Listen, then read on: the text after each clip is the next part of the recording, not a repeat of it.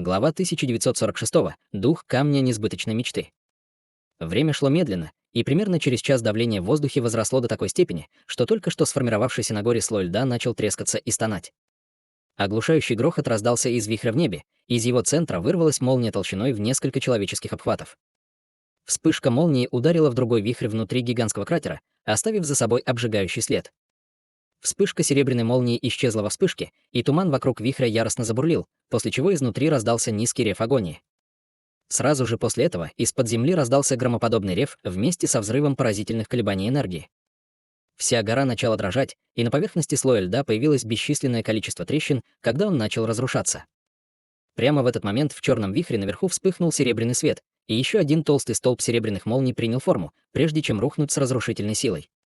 Как раз в тот момент, когда эта вспышка молнии собиралась ударить и в гигантский кратер, снизу раздался яростный рев, и из тумана вырвалась вспышка желтого пламени.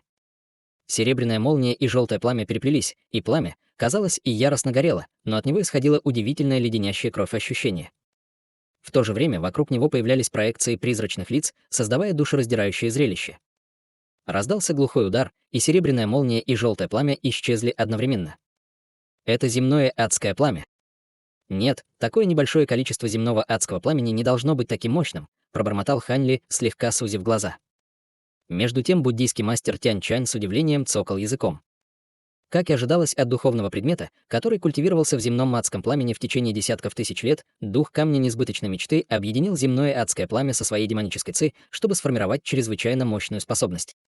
Вам придется посмотреть, что тут можно сделать, и избавься от этого демонического пламени, благодетель Хань. Услышав это, сердце Хань Ли заволновалось, и он ответил: «Спасибо за слова предостережения, я обязательно буду настороже». Одна молния за другой падала сверху, и удары молнии становились все более частыми. Однако желтое демоническое пламя, поднимающееся с дна кратера, не отставало, и все разряды молний сдерживались. Однако сопротивление желтого пламени явно привело в ярость некое всемогущее существо, и удары молнии внезапно прекратились. В следующее мгновение внутри вихря раздался взрыв грохота, и появилась серия шаров серебряных молний размером с голову. Шары молний непрерывно потрескивали в темных облаках, и их было слишком много, чтобы сосчитать. Перед лицом такого угрожающего явления каменный дух внизу, естественно, не мог больше продолжать прятаться в желтом тумане. Раздался странный крик, поднялся желтый туман, после чего с дна кратера вылетел объект размером около фута. Всего после одной вспышки он достиг высоты более 1000 футов и завис в воздухе, с настороженностью глядя на шары молнии. Хань Ли сосредоточил свой взгляд на объекте и обнаружил, что у него был удивительно большой рот, 4 тонкие и длинные конечности, а также короткая и толстая шея, практически неотличимая от остального тела. Он имел сильное сходство с жабой. Однако в центре его головы был малиновый глаз, и все его тело сияло золотым светом. Вдобавок ко всему, его 4 конечности также имели острые когти, а не ласты, как можно было бы ожидать от жабы.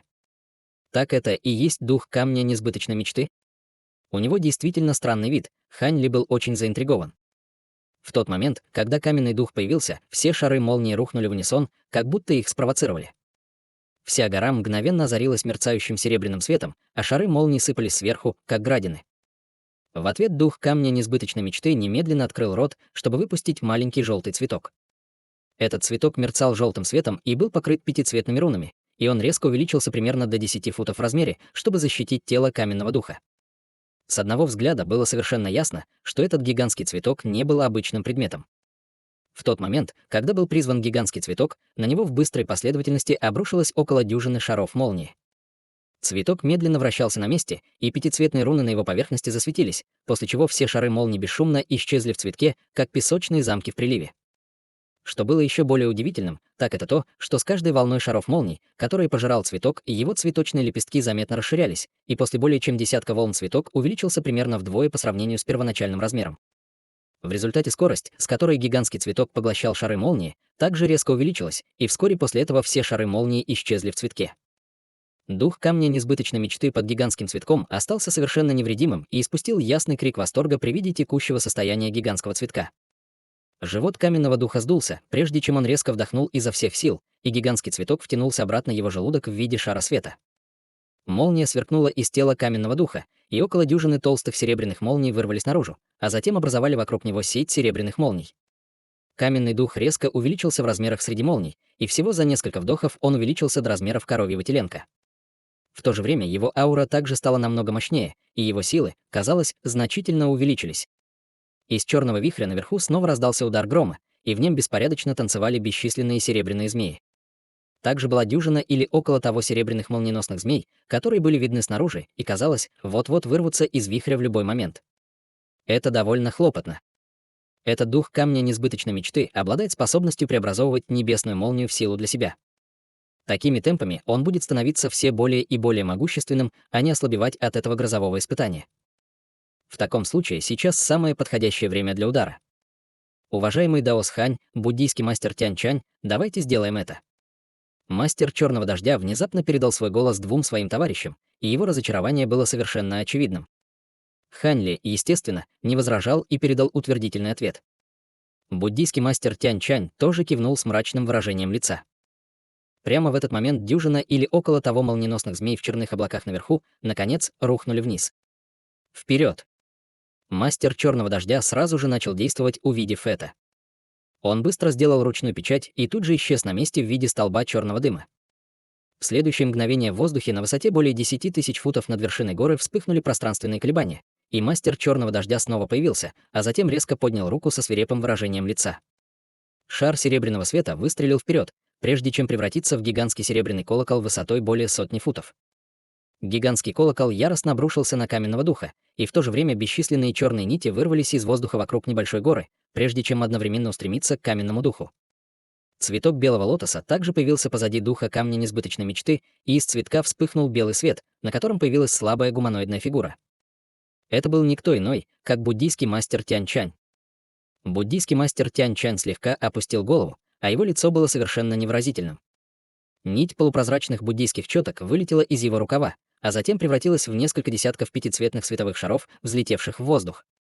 Еще до того, как эти шары света ударили каменного духа, из них можно было услышать завывание ветра и грохот грома. При этом они резко раздувались и в мгновение эйка достигали размеров человеческой головы. Дух камня несбыточной мечты сначала был довольно напуган этой резкой серией атак, а затем издал резкий крик ярости.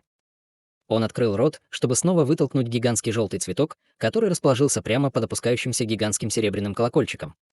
Сразу после этого его тело слегка расплылось, когда оно начало вращаться на месте. Вспыхнул золотой свет, и бесчисленные полосы золотого света вырвались из его тела, прежде чем разнестись по окружающему воздуху во всех направлениях. Золотой свет и черные нити переплелись, когда раздалась череда пронзительных взрывов, и вокруг каменного духа возникли бесчисленные шары света, чтобы осветить всю гору. Черные нити не могли ни на дюйм приблизиться к каменному духу, равно как и пятицветные шары света и полоски золотого света. Между тем серебряный колокольчик столкнулся с гигантским цветком, и первый вздрогнул, когда прозвучала цепочка четких перезвонов. Каждый звон был громче предыдущего, и звук проникал глубоко в душу слушателя. Затем события получили своеобразный поворот. После того, как прозвенел третий колокольный звон, гигантский желтый цветок внезапно раскололся без всякого предупреждения и исчез, как бесчисленные точки духовного света. Затем серебряный колокольчик расплылся, прежде чем снова увеличиться в несколько раз, а затем рухнул на духа камня несбыточной мечты, как небольшая гора, надежно запечатав его внутри себя. Мастер Черного Дождя и буддийский мастер Тянь Чань немного запнулись, увидев это, прежде чем на их лицах появилось ликующее выражение, и они сняли свои ручные печати. В этот момент дюжина или около того серебряных молниеносных змей уже обрушилась сверху, но как только они приблизились к вершине горы, возникла гигантская серебряная сеть, охватывающая всю гору. Все молниеносные змеи, попавшие в сеть, немедленно взорвались, прежде чем были поглощены сетью в виде бесчисленных пучков молний. Как и ожидалось от знаменитого духовного сокровища в свитке мириад хаотических духов, сеть серебряной небесной молнии, которую мастер Черного Дождя установил заранее, была способна сдерживать даже небесную молнию. Мастер Черного Дождя начал что-то напевать, щелкая пальцами, и около дюжины заклинательных печатей мгновенно исчезли в гигантском колоколе. Серебряный колокольчик зазвонил, и духовный свет на его поверхности хаотично вспыхнул, когда мастер Черного Дождя приготовился убрать его.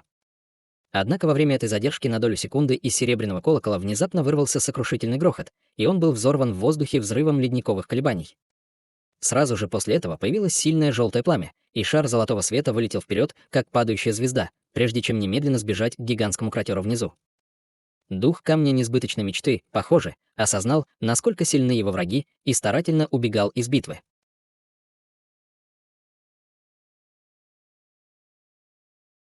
Глава 1947. Атака каменного духа.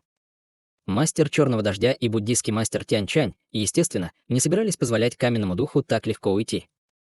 Мастер Черного Дождь немедленно наложил ручную печать, и из гигантского серебряного колокола вырвался взрыв серебряных звуковых волн, после чего яростно устремился вниз. Тем временем буддийский мастер Тянь-Чан перевернул руку, чтобы создать белоснежную формовочную пластину во вспышке духовного света. Он несколько раз быстро ткнул пальцем в формирующую пластину, и рядом с гигантским кратером на фоне грохочущего грохота внезапно возникли бесчисленные световые образования. Всплески ограничивающих флуктуаций тут же выплеснулись в бешенстве, мгновенно образовав огромную сеть, препятствующую отступлению каменного духа. Вдобавок ко всему, в воздухе над ограничениями раздался крик Феникса, и 3 шара малинового пламени вспыхнули, когда появились 3 огненные птицы. Затем 3 малиновые птицы немедленно открыли свои клювы и выпустили в воздух 3 столба малинового пламени. Пламя мгновенно образовало огненное облако, которое устремилось к каменному духу с одной стороны. С другой стороны, полупрозрачный летающий скорпион тоже появился из ниоткуда. Его синий хвост взмахнул, из его жал вырвалась полоса ядовито-синего света. Таким образом, дух камня несбыточной мечты в мгновение Эйка снова оказался в опасной ситуации. Каменный дух, казалось, был полностью разгневан этим, и золотой свет закрутился вокруг его тела, когда он неожиданно издал резкий крик. Затем третий малиновый глаз на его лбу тут же расширился, и внутри него появилась вспышка мерцающего белого света. Свет был настолько ярким и пронзительным, что даже мастер Черного Дождя и буддийский мастер Тянь-Чань были вынуждены закрыть глаза, а когда они снова открыли глаза, их выражения резко изменились. Они обнаружили, что находятся в мире желтого пламени. Пламя, казалось, было обжигающе горячим, но вместо этого вызывало леденящие кровь ощущения. Земное адское пламя. Нет, это иллюзорная техника. Мастер Черного Дождя сразу понял, что это иллюзия, но выражение его лица ничуть не смягчилось.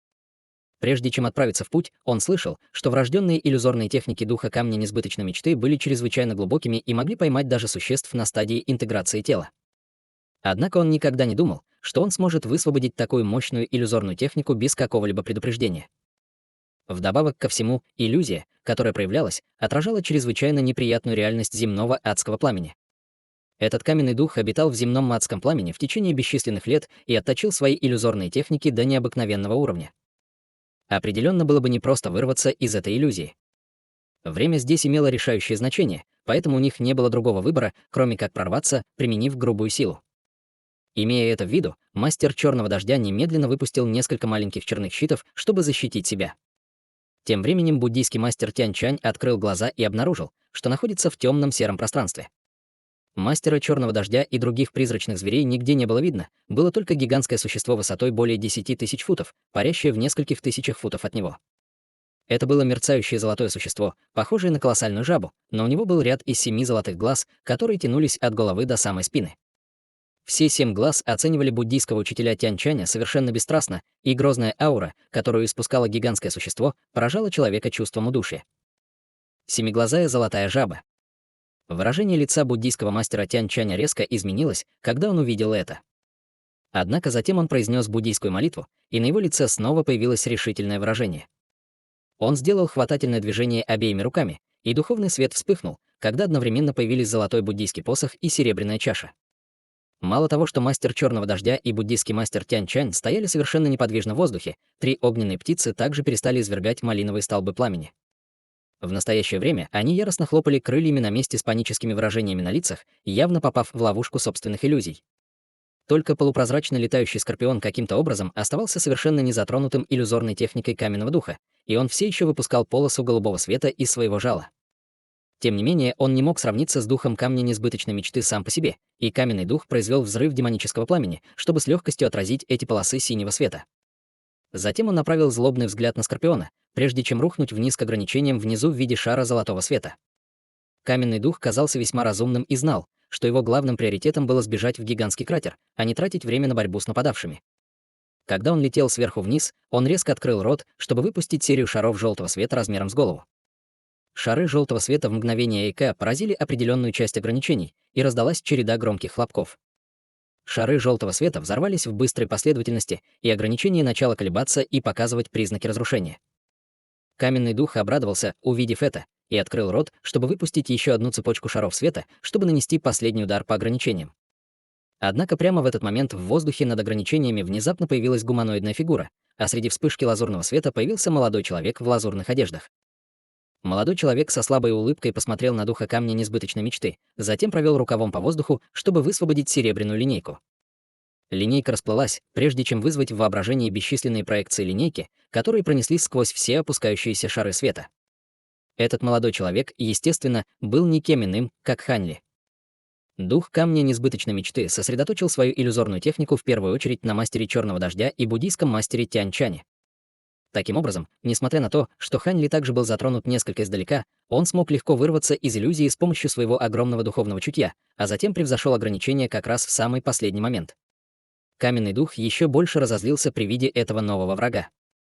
Желтое пламя внезапно вырвалось из его тела, и пламя в бешенстве устремилось к Ханли. Это пламя было ничем иным, как демоническим пламенем ледяного инь, вызвать которое можно было только после культивирования под землей в течение десятков тысяч лет. В отличие от того, чтобы быть встревоженным этим надвигающимся пламенем, Ханли просто усмехнулся и перевернул руку, чтобы создать маленькую черную гору. Он положил руку на гору, и она мгновенно увеличилась до размеров более 100 футов. Ряд серебряных рун появился на горе по приказу Ханли, после чего пронеслось огромное пространство серого света, прежде чем образовать серый вихрь в воздухе. Как только желтое демоническое пламя соприкоснулось с серым вихрем, раздался грохочущий гул, похожий на удар грома, и все пламя было втянуто в вихрь. В результате серый вихрь немного расширился, но никакой другой реакции не проявил. Увидев это, дух камня несбыточной мечты издал резкий крик, и из серого вихря внезапно вырвался сокрушительный грохот. Вихрь сильно задрожал, прежде чем разбиться, и желтое демоническое пламя вместе с ним вырвалось наружу, прежде чем превратиться в желтую огненную жабу, которая бросилась прямо на Ханли. Еще до того, как огненная жаба достигла Ханли, он был поражен взрывом ледяной силы, которая угрожала заморозить даже его душу. Брови Ханли слегка нахмурились, когда он увидел это. С демоническим пламенем действительно было довольно трудно иметь дело, но он, естественно, не собирался его бояться. Он протянул руку и сделал хватательное движение к огненной жабе, из которой возникла огромная белая рука с пятицветным ледяным пламенем, горящим вокруг нее. Затем гигантская рука метнулась к огненной жабе, как молния, и, может быть, огненная жаба знала, что она не сможет уклониться от руки или просто не собиралась предпринимать меры уклонения. Во всяком случае, она прыгнула прямо в массивную руку, пальцы которой плотно сомкнулись вокруг нее, в то время как пятицветное ледяное пламя резко вздулось. Раздался глухой удар, когда огненная жаба мгновенно взорвалась, превратившись обратно в волну огня, которая устремилась к огромной руке. Однако пятицветное ледяное пламя также было типом ледяного пламени, поэтому оно могло выстоять против желтого демонического пламени. Прямо в этот момент Ханли указал пальцем на черную гору перед ним, и она внезапно исчезла в воздухе. В следующее мгновение в воздухе над духом камня несбыточной мечты вспыхнули пространственные флуктуации, и черная гора снова возникла, прежде чем рухнуть вместе с волной серого света. Взрыв огромной невидимой силы немедленно обрушился на каменного духа, сделав его тело очень медленным и вялым. Он, естественно, был крайне разгневан и встревожен этим, и после нескольких безрезультатных попыток немедленно открыл рот, чтобы выпустить желтую бусинку. Эта совершенно приземленная желтая бусина размером с большой палец была ничем иным, как ядром демона каменного духа. Ядро демона кружилось над каменным духом, и тяготящий его взрыв огромной силы был насильственно отражен. В то же время из ядра демона вырвались бесчисленные желтые огненные змеи, каждая из которых быстро увеличилась до нескольких десятков футов в длину. Огненно-желтые змеи устремились вверх, чтобы переплестись с серым светом, а черную гору силой удерживали на расстоянии.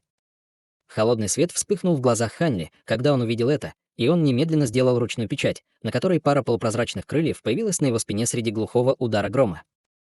Он взмахнул крыльями и внезапно исчез на месте в виде дуги серебряной молнии.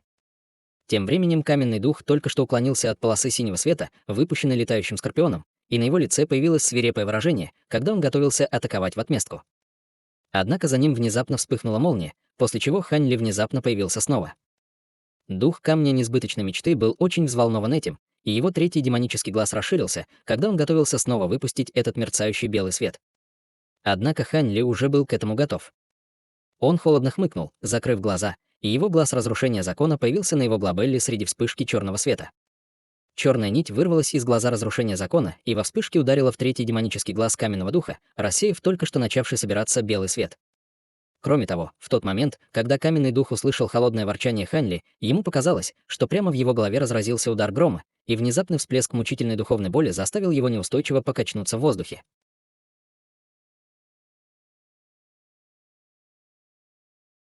Глава 1948. Пути расходятся. Воспользовавшись этой возможностью, Ханли немедленно потер руки, прежде чем поднять их в воздух. Раздался громкий удар грома, и бесчисленные дуги золотых молний вырвались вперед, прежде чем образовать гигантскую сеть молний. Сеть опустилась на каменного духа, прежде чем резко сжаться, и к тому времени, когда каменный дух оправился от воздействия шипа оглушения духа Хань Ли, он уже был плотно пойман в сеть золотой молнии. Он, естественно, не хотел быть захваченным, и желтое демоническое пламя снова вырвалось из его тела, когда он издал резкий крик. Божественная молния погибели дьявола начала таять перед лицом желтого пламени, и казалось, что каменный дух вот-вот убежит. Однако Хань Ли, естественно, не собирался позволять духу камня несбыточной мечты уйти. На его лице появилась холодная улыбка, но когда он уже собирался начать новую атаку, рядом с его ушами внезапно прозвучал настойчивый голос мастера Черного Дождя. «Пожалуйста, подождите, уважаемый Даос Хань. Моего духовного насекомого будет достаточно, чтобы подчинить себе каменного духа». Хань Ли слегка запнулся, услышав это, и мастер Черного Дождя внезапно издал протяжный крик.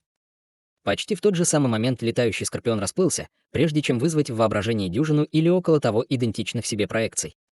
Эти летающие скорпионы взмахнули крыльями и исчезли на месте, как шары голубого света. В следующее мгновение вспыхнули пространственные флуктуации, и летающие скорпионы появились над каменным духом, прежде чем выпустить из своих жал полосы голубого света. В этом случае каменный дух был полностью опутан золотой сетью молний, так что голубые полосы света смогли мгновенно исчезнуть в его теле.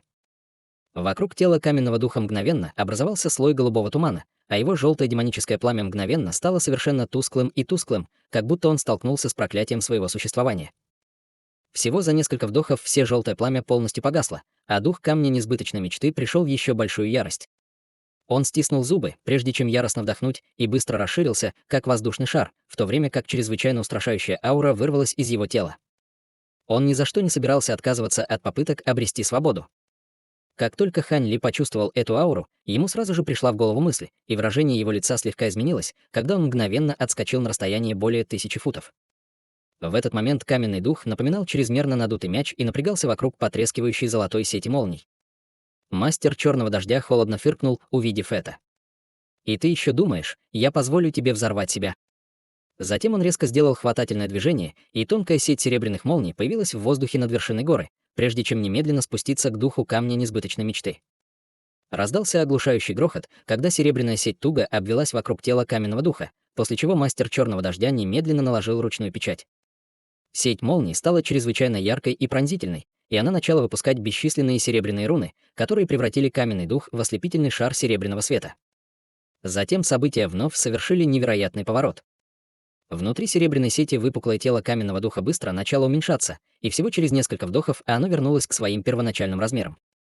После этого он не смог раскрыть никаких способностей, как бы сильно ни пытался.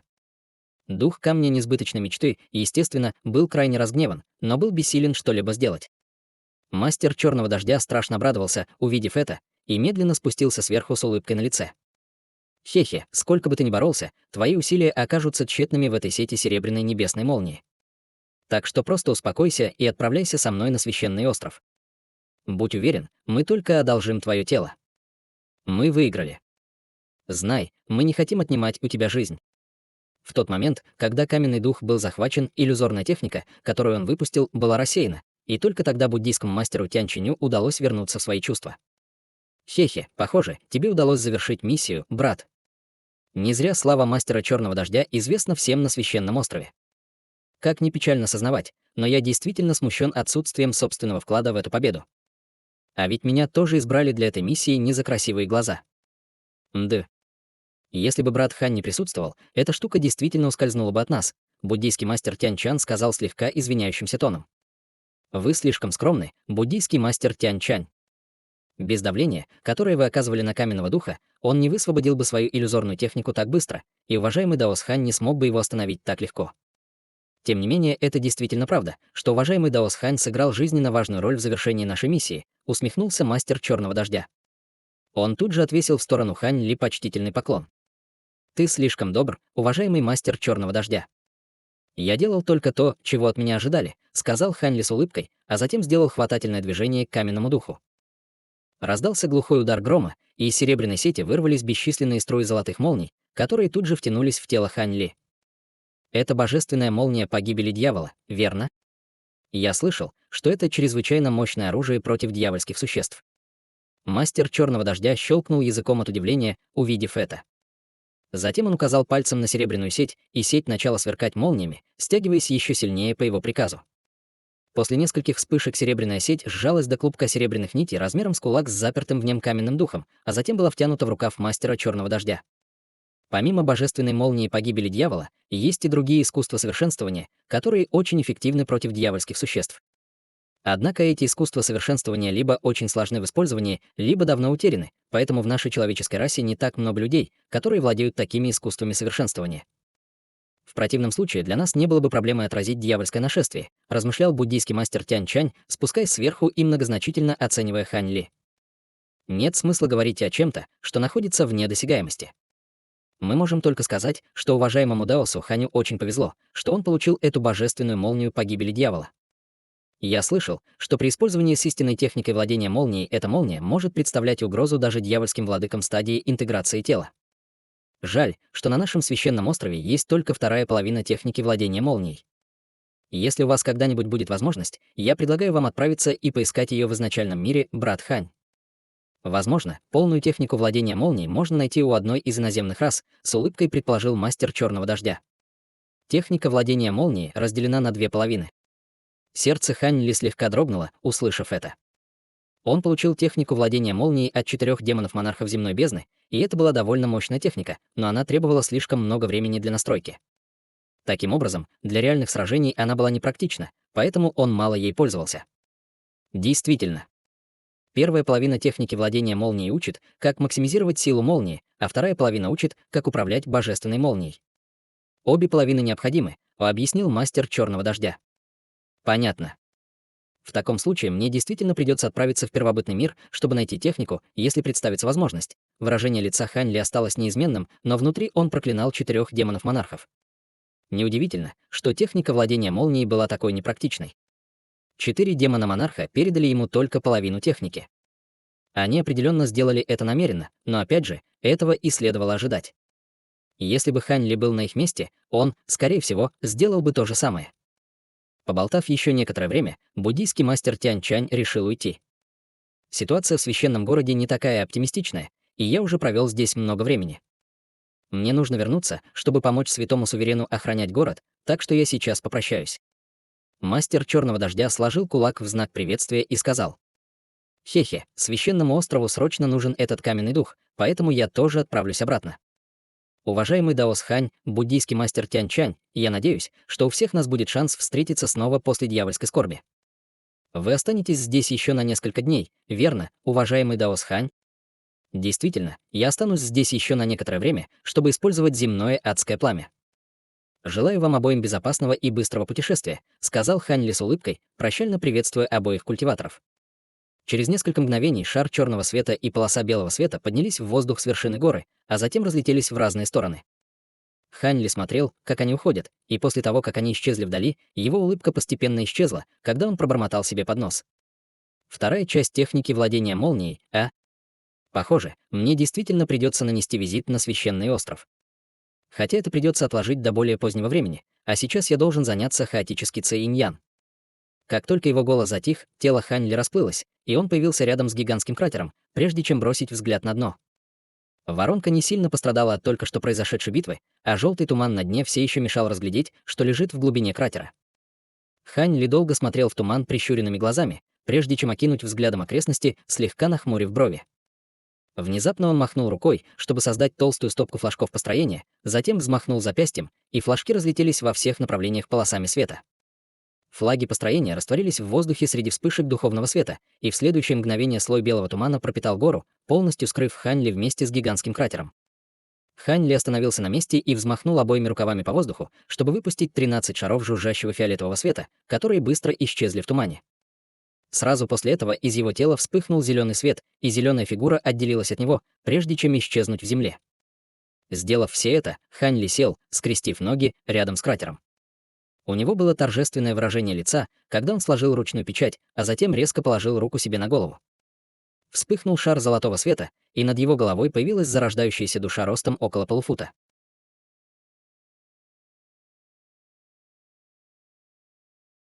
Глава 1949. Фэн Се и техника великого отвлечения. Зарождающаяся душа имела поразительное сходство с Хань Ли, и как только она появилась, она махнула рукой в сторону физического тела Хань Ли внизу. Раздался громкий удар грома, и шар, связанный бесчисленными золотыми нитями, вылетел из тела Хань Ли и завис в воздухе. Зарождающаяся душа протянула палец к золотому шару, и все золотые нити быстро исчезли, открыв белую деревянную коробку. На лице зарождающейся души появилась слабая улыбка, и она начала что-то напевать. При этом поблизости вспыхнули пространственные флуктуации, и бесшумно появилось около дюжины пятицветных бусин. Затем эти бусины превратились в глазные яблоки среди вспышек духовного света, и от их поверхности исходил яркий пятицветный свет. Примерно через 10 минут струйка духовного чувства Хань Ли сформировала клона, который появился над бескрайним лугом. Он окинул взглядом окрестности, но не обнаружил присутствия Чецегуна.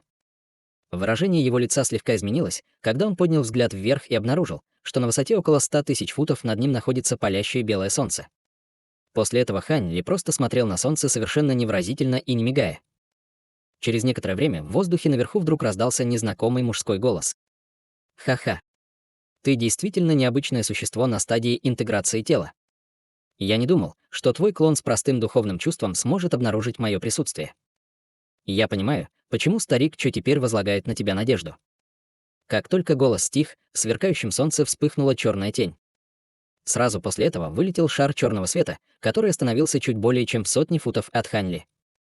Это был дородный мужчина в черной броне с густой бородой, и он с заинтригованной улыбкой оценивал Хань Ли. Сердце Хань Ли слегка дрогнуло при виде этого человека, но он сохранил спокойное выражение лица, когда спросил: «Кто вы и где старший Чо?» «Старик Чо сейчас занят чем-то другим. Скорее всего, пройдет немало времени, прежде чем он сможет добраться сюда. Так почему бы тебе пока не поговорить со мной?» — предложил мужчина, поглаживая бороду. Глаза Хань Ли слегка сузились, когда он сказал: «Кажется, я не узнаю вас, и я никогда не слышал, чтобы старший Чо упоминал о присутствии кого-то еще в этом запечатывающем дьявола замке. Конечно, старик Чо не стал упоминать обо мне при тебе. Однако я могу дать тебе то, что он тебе обещал, и я не буду просить так много взамен», — ответил мужчина в сдержанной и уверенной манере.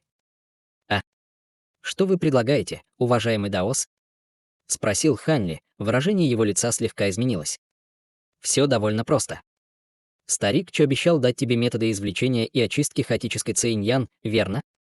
Я также знаком с этими методами, и я прошу только треть хаотической цинь-ян, который ты сможешь извлечь», — тут же предложил мужчина. Услышав это, Хань Ли погрузился в задумчивое молчание, прежде чем в конце концов покачал головой. «Это действительно звучит весьма привлекательно, но я уже дал клятву на своих внутренних демонах старшему Чо, поэтому, боюсь, и я не могу принять это предложение». Мужчина, казалось, уже ожидал этого ответа от Хань Ли, и он усмехнулся. «Хе-хе, ты все еще не получил методы извлечения и очистки от старика Чо, так что тебе не нужно нарушать свою клятву. Это правда, но я никогда не встречал вас раньше. Вы не думаете, что немного наивно просто ожидать, что я сразу же поверю вам?» Безразлично спросил Хань Ли. «Конечно, я знаю, что мне придется заслужить твое доверие, и я готов сделать это. Отложив все остальное, я дам тебе метод извлечения хаотической цинь-ян в этом запечатывающем дьявола замке. Дам сразу. А потом я дам тебе и другие преимущества, но уже после», — сказал мужчина с загадочной улыбкой. «Другие преимущества». Сердце Хань Ли слегка дрогнуло, услышав это, и на его лице появилось нерешительное выражение. Однако именно в этот момент в окружающем пространстве внезапно раздались взрывы, а луга внизу расплылись, прежде чем превратиться в бесплодную пустыню. Вдобавок ко всему небу появились темные облака, и в облаках танцевали бесчисленные серебряные змеи-молнии. «Невозможно! Как ему удалось так быстро выбраться?» — воскликнул мужчина, когда выражение его лица резко изменилось. Хань Ли, естественно, тоже был поражен таким поворотом событий. Внезапно из темных облаков раздался яростный ракочущий голос. «Как ты смеешь замышлять против меня, Фэн Се? Ты действительно думал, что тебе это сойдет с рук?» Голос принадлежал никому иному, как Чо Цигуну, и все небо дрожало от его ярости. Темные облака наверху яростно сошлись, образовав массивную чернильно-черную руку размером около 1000 футов, которая с разрушительной силой обрушилась на здоровенного мужчину. Еще до того, как рука достигла крепкого мужчины, сверху обрушился взрыв огромной силы, и клон духовного чувства Хань Ли был мгновенно полностью обездвижен. Перед лицом этой огромной силы окружающий акр пустыни опустился на несколько десятков футов, образовав гигантский кратер в песке. Здоровенный мужчина находился в центре кратера, и из его доспехов внезапно вырвался широкий веер лучей черного света. В тот момент, когда взрыв огромной силы соприкоснулся с черным светом, большая часть его силы была рассеяна, и здоровенный человек в доспехах лишь слегка покачнулся, но остался совершенно невредимым.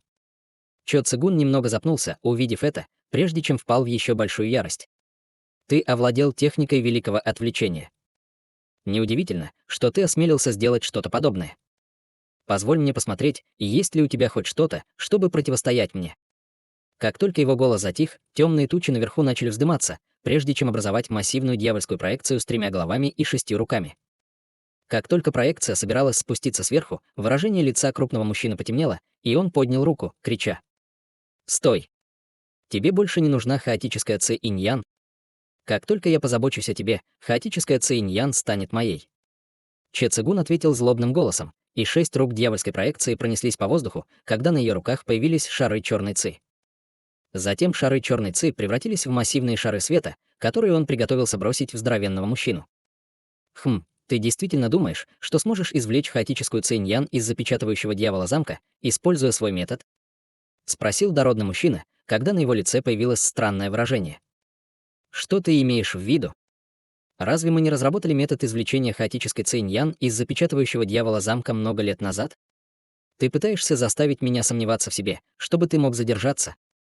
Чо Цигун взревел в ответ, но дьявольская проекция наверху тем не менее остановила то, что она делала. Зачем мне тянуть время? Думаешь, я все еще боюсь тебя после того, как овладел этой техникой великого отвлечения?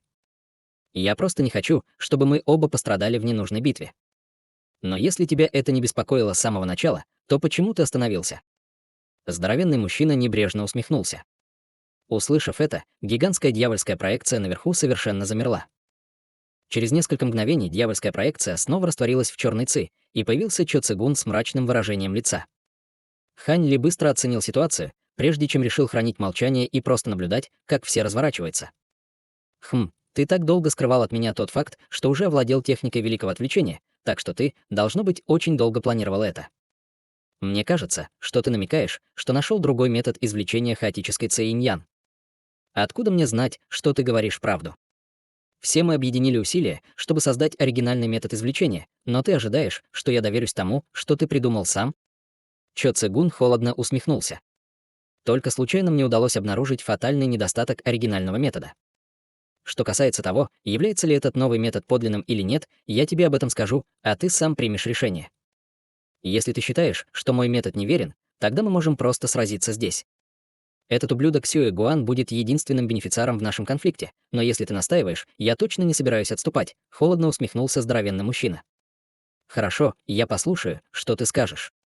Но если это окажется чепухой, Чо Цигун не закончил свою фразу, но угроза уже была очевидна. Ты принял мудрое решение. Однако, если метод извлечения, который я предлагаю, действительно жизнеспособный, то для меня было бы правильным получить только треть извлеченной хаотической Ци-Инь-Ян, верно? Здоровенный мужчина усмехнулся, повторяя свое требование неумолимым голосом. Мы обсудим это после того, как я проверю осуществимость твоего метода извлечения, холодно ответил Чо Цигун. Хань Ли лишь молча смотрел на это. Днем позже шар черного света летел по воздуху над сумрачным серым горным хребтом с невероятной скоростью. В черном свете был худощавый пожилой мужчина. Это был никто иной, как мастер черного дождя, который недавно расстался с Хань Ли. В настоящее время он летел на полной скорости обратно на священный остров. 2 массивные горы высотой около 100 тысяч футов возвышались вдалеке прямо на его пути. Таким образом, мастер черного дождя немного отклонился от своего первоначального пути, чтобы пролететь через пропасть между 2 горами. Спустя всего несколько вспышек шар черного света достиг области между 2 горами, но как только он собирался пройти, внезапно без предупреждения раздались 2 сотрясающих землю грохочущих удара. 2 горы яростно задрожали, а затем одновременно рухнули на мастера черного дождя. Еще до того, как горы ударили в шар черного света, сверху уже сыпались бесчисленные скалы и камни.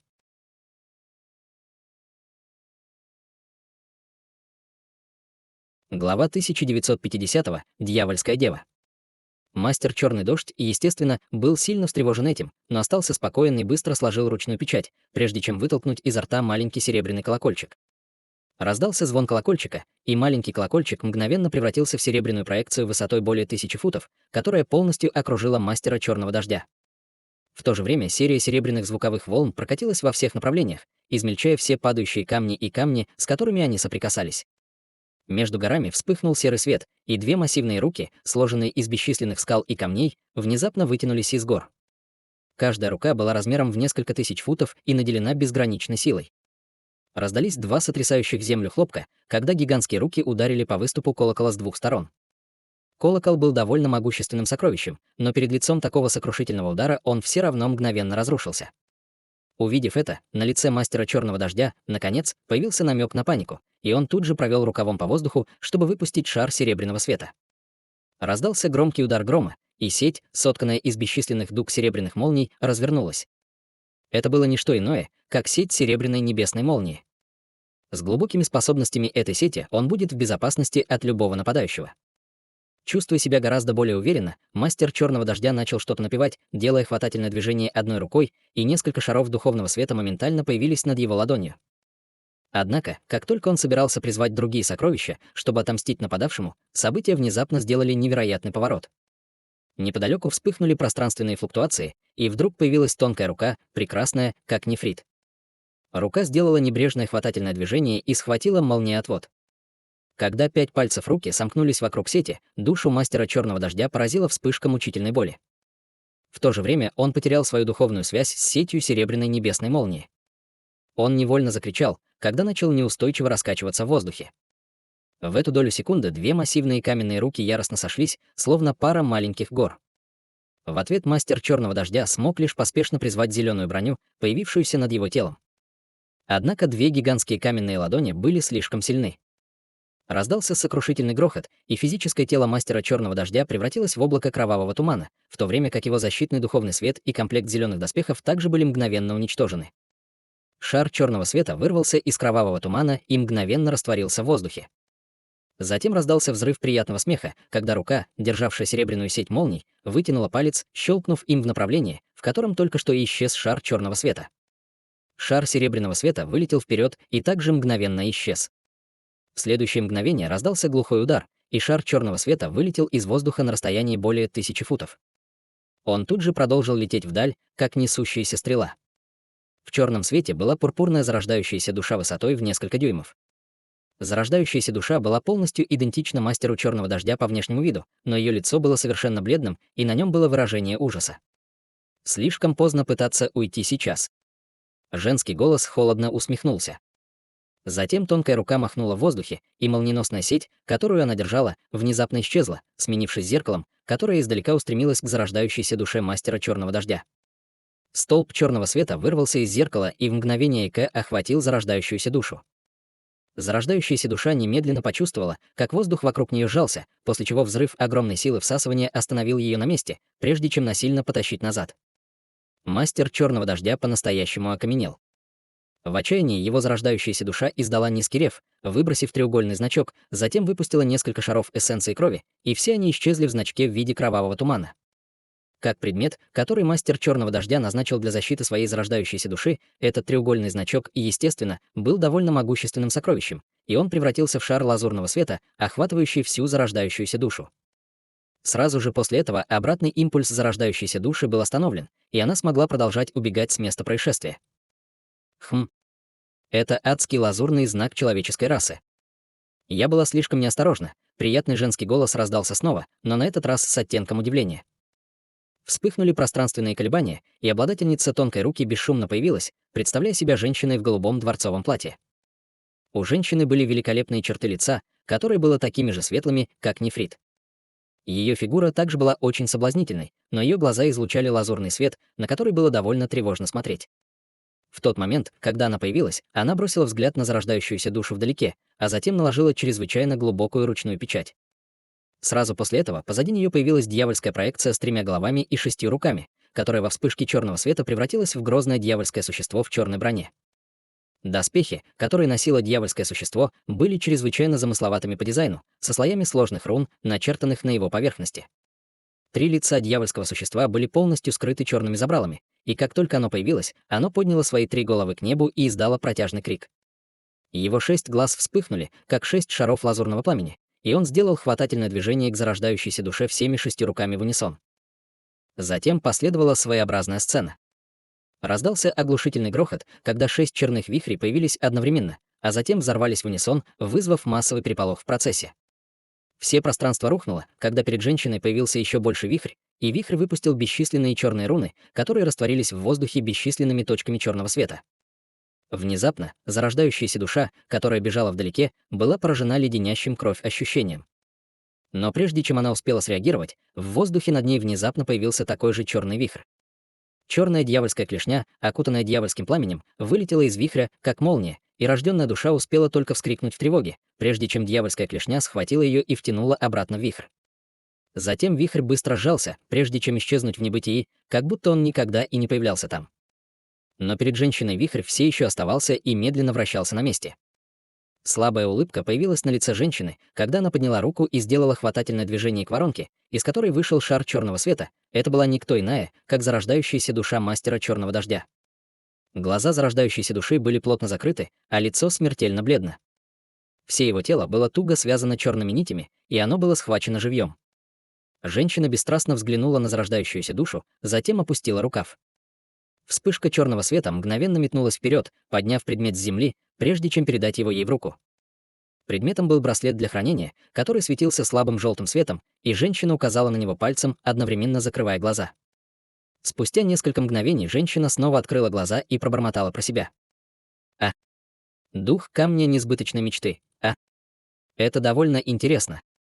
Этого человека, должно быть, послали сюда с единственной целью поймать этого каменного духа. Неудивительно, что Лю Цзи попросил меня совершить это путешествие лично. Похоже, люди что-то замышляют. С этого момента нам придется внимательно следить за ними.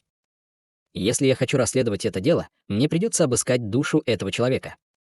Но у всех высококлассных практиков людей есть особые секретные техники, которые они используют, чтобы заблокировать собственное духовное чувство, его душу. Интересно, окажется ли в этой части именно та информация, которая мне нужна? Имея это в виду, женщина больше не колебалась. Она махнула рукой в сторону вихря, и он исчез вместе с дьявольским существом позади нее, оставив на месте только зарождающуюся душу мастера черного дождя. Она перевернула руку, чтобы снова достать древнее черное зеркало, прежде чем махнуть им в сторону зарождающейся души, и вспышка черного света вырвалась наружу, увлекая зарождающуюся душу прямо в зеркало. «Найдите укромное место, где меня не побеспокоят. Я собираюсь обыскать душу этого человека-культиватора. С моими нынешними способностями, скорее всего, потребуется несколько дней, прежде чем будет достигнут результат», сказала женщина в небрежной манере, когда она убрала зеркало, как будто она отдавала кому-то инструкцию. «Да, госпожа Юаньча». Два грохочущих голоса раздались из двух гигантских гор неподалеку, после чего две гигантские каменные ладони медленно отодвинулись. Затем появилась вспышка серого света, и всего за несколько вдохов две горы превратились в пару гигантов, каждый из которых был более 10 тысяч футов в высоту. Два гиганта были покрыты серыми скалами и камнями, и у каждого из них было по 4 руки, что создавало ужасающее зрелище. Спасибо, что помогли мне уничтожить физическое тело этого человека, старейшины. В противном случае мне было бы намного сложнее его захватить. Женщина очень вежливо разговаривала с двумя гигантами. «Для нас большая честь оказать вам помощь, госпожа Юаньча», сказал один из великанов, когда на его каменном лице появилась едва различимая улыбка.